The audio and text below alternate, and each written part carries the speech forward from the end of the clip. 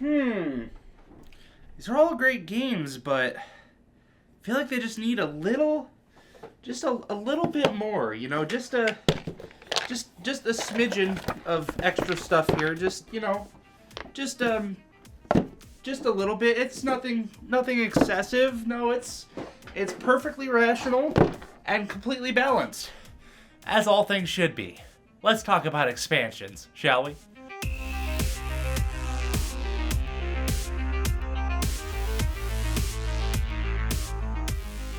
Hello and welcome, my fellow nerds, back to Nerdian. Or if you're brand new here, thank you so much for stopping by. I am Christian, and I'll be your host for this evening on Totally Bored. And like I said in the intro, tonight we are going to be discussing board game expansions and when and if it's actually reasonable to get them. So we all know that this hobby as a whole is just consume, getting all of the newest, hottest games and just playing them like crazy. Well, in theory, anyways. That's not usually how it shakes out, but we do try our best, and I will give us that.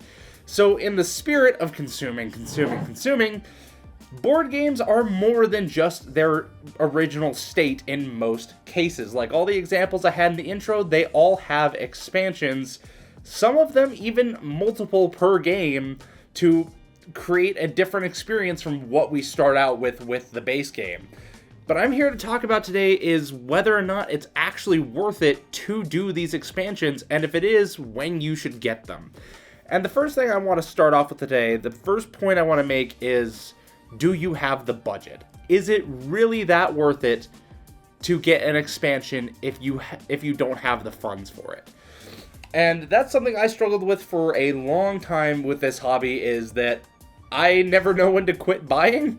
And I've had to really taper myself back lately and build some discipline around myself to hold back and appreciate more of the games that I already have in my collection, which is something I'm going to dive into in a whole different video. But I am obviously no stranger to expanding games, as I showed you in the intro, and I even just did a review on the Honey Buzz expansion, Fall Flavors, earlier this month.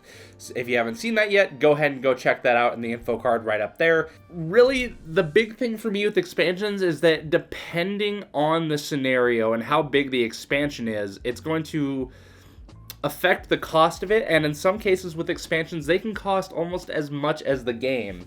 In that example with Honey Buzz and Honey Buzz Fall Flavors, I didn't actually buy this game, thankfully, or this expansion at least. It was a birthday gift, but I did originally plan to do so, and the price was only like $20 short of the original version. Now, mind you, both things of these, the original game and the expansion, both of these are the deluxe versions that came with mini expansions, but still, their price was about the same. I think this was like $90, and Honey Buzz Deluxe Edition with all of the extra stuff in it was about $130, so it's about a $40 difference, but when you factor in the mini expansions and extra upgrades that I got with the original Honey Buzz, in total it's only about a $20 difference.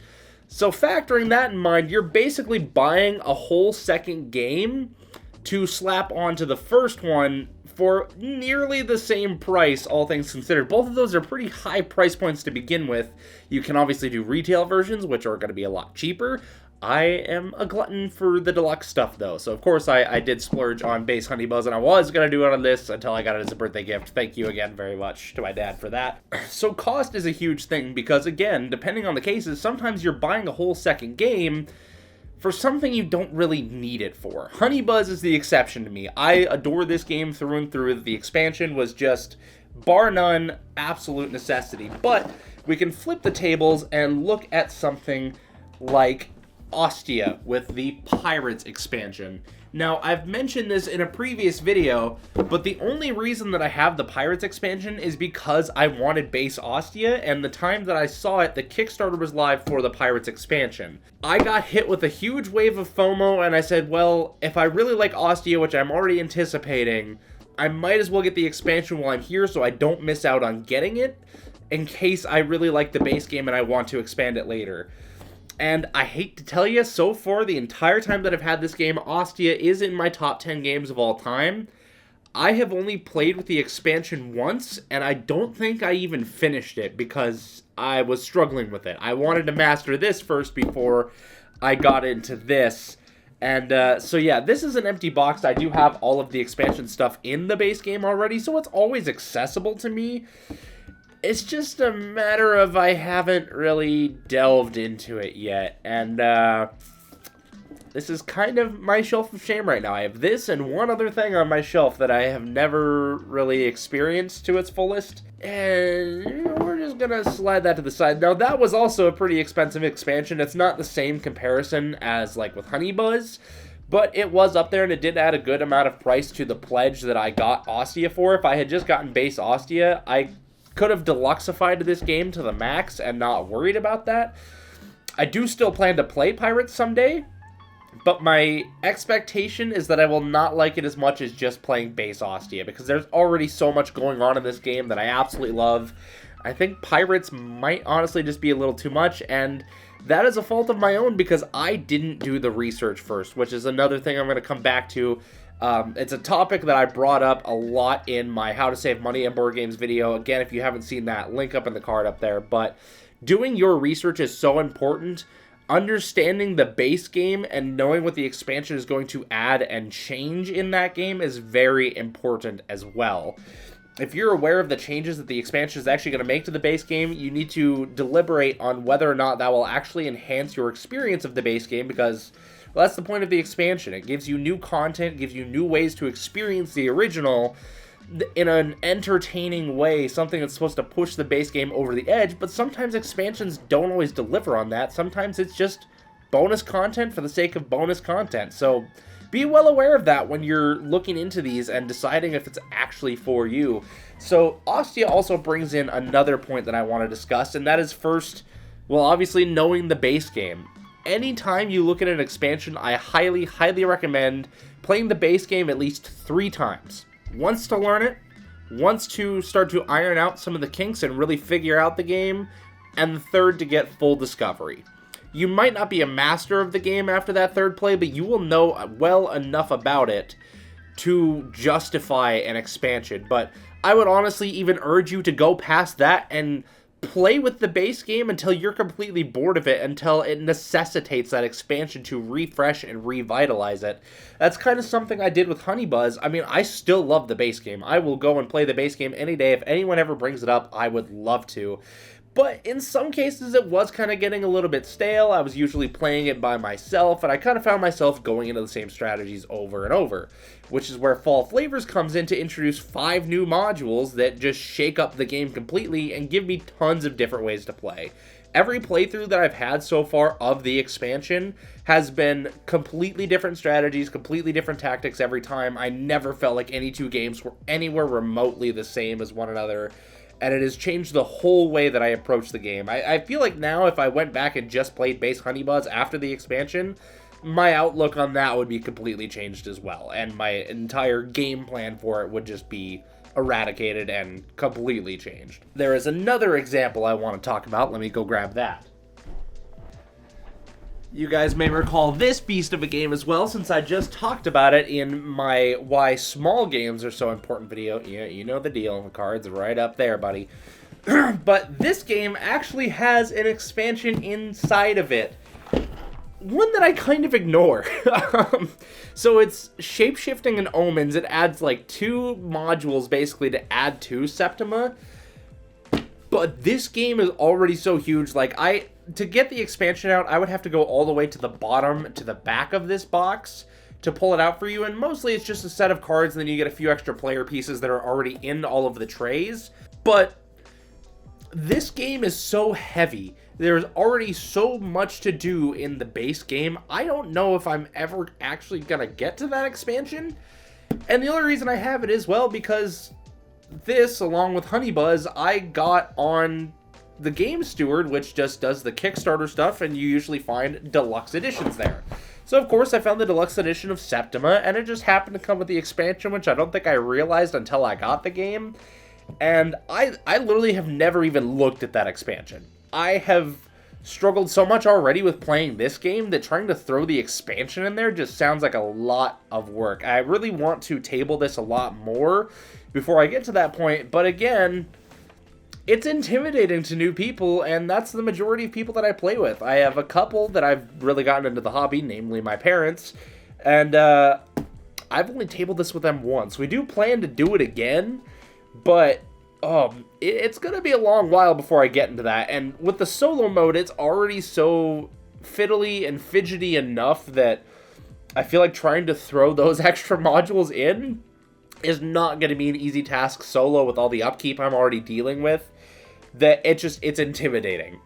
Even though it's such a small expansion with a couple of smaller modules, it is so intimidating to add to a game like this that I would have not even noticed the difference had it not come with the game.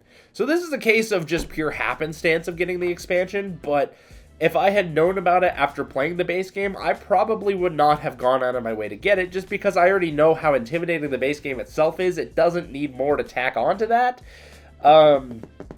I do, again, plan to try it out someday because I already have it, so why not? But again, if I had found out about it after the fact and I didn't have it to begin with, I would not go get it. I genuinely would not. I reserve my expansions for the games that I have explored so deeply and love so much and get to play often enough that I can justify it. Now again, this is something I do now. It is not something I did in the past, so I'm here to not only teach you how I operate now, but teach you the mistakes that I made in the past. And one of those big mistakes is, unfortunately, Happy Little Dinosaurs. I have just about every expansion for this game that's out there, and you want to know how many of them I've played? One. I have played with exactly one expansion for Happy Little Dinos, and that is the 5 to 6 player expansion, because I think I had one time where I got 5 players to play it. I have Hazards Ahead, I have like Dating Disasters and the other card content packs. I have only ever played the 5 to 6 player expansion. And I've only done it once. I don't even really play Happy Little Dinos all that often anymore. It usually just kind of sits on my shelf just looking longingly at me and waiting for its day to shine again. Now, I've played it a couple of times since getting all of this stuff, but the fact of the matter is, it doesn't see enough play to justify it. At the time, I thought it was just right. I thought, oh, surely I can convince people to play this and we'll have a good time. I got the expansions before I even tried. I think if I had started with the base game and just gotten people familiar with it and gauged the table, I would have realized very quickly the expansions weren't worth my time. But again, I got consumption happy and I just wanted to buy, and I wanted to have a game expanded to the max where I could just look at a shelf and see an entire section of just that game. That was what I wanted, and that's what I got out of it. And unfortunately, now I live with a little bit of regret for that decision. Now, it wasn't too bad, thankfully. All of these expansions are fairly cheap, along with the base game, but I really could have gone without buying all of them, and that could have been a whole other game on my shelf that I could be enjoying right now, rather than one just rotting away, not getting played at all. And another semi-mistake that I kind of made, again, I just did a review on this. I'm not going to put the info card up for this one. I'll be nice to you guys this time. But I got the deluxe edition of Trailblazers because I already knew hand and foot I was going to love this game up and down, and I was going to play the crap out of it. And I wasn't wrong about that. I do play this game a lot, but mostly I play it solo and mostly on the go, which means that the expansions that came with this game, the Animals and Adventurers, pretty much live in this box, and, well, I've never even opened the Adventurers expansion at all. All of those pieces are still, well, okay, I have. I've touched the pieces, but I haven't played with it, and that's the point that I'm trying to make here. And I have played with the Animals expansion a couple of times. Again, it's another one of those I have to get around to it moments, but I shouldn't have gone out of my way to get it when I knew I wasn't going to be playing it for a while. It's one of those things you need to not so much hedge your bets, you need to play it safe and start with the base game, find out if you like it or not, ignore the FOMO, and really analyze the base game, get to know it, get familiar with it. I don't even have a proper analogy for it. I have one, but I don't want to use it because it doesn't really sound all that good, so I'm not gonna. But you really do need to get familiar with these games first, have a good understanding of what they are, how they function, and whether or not you even enjoy the base game. If you get an expansion for a game that you don't even enjoy, then all that FOMO was for nothing. All of that fear that you had about missing out, well, you're missing out on other games now because you spent your money on an expansion that's worthless to you because you don't like the base game. And that is the biggest point I want to drive home today, is you need to really get familiar with these base games first before you back that Kickstarter with the expansion. You need to have full understanding and knowledge that you are going to actually appreciate what you're buying. It really comes down to a lot of the same points that I made in the How to Save Money on Board Games video, but it goes a lot deeper because you really do need to understand the base game and understand what that expansion is going to do to change how that base game plays, because I've even seen expansions where it takes the base game and then just completely flips its identity into something else, and it just feels like you're not even playing the same game anymore. The game that you fell in love with to begin with is no longer that game once you get that certain expansion for it, and it's like, well, I didn't want that. I liked the game the way it was. We didn't need to change it that drastically. I just wanted more to it. And that's the buyer's beware before buyer's remorse. And it really is a struggle that we all deal with daily, but you can definitely see that my token jar here of board game components is getting quite full from exactly that FOMO and, well, obviously greed of getting deluxe editions, because all of my cardboard bits that are not deluxe components go in here. Oops.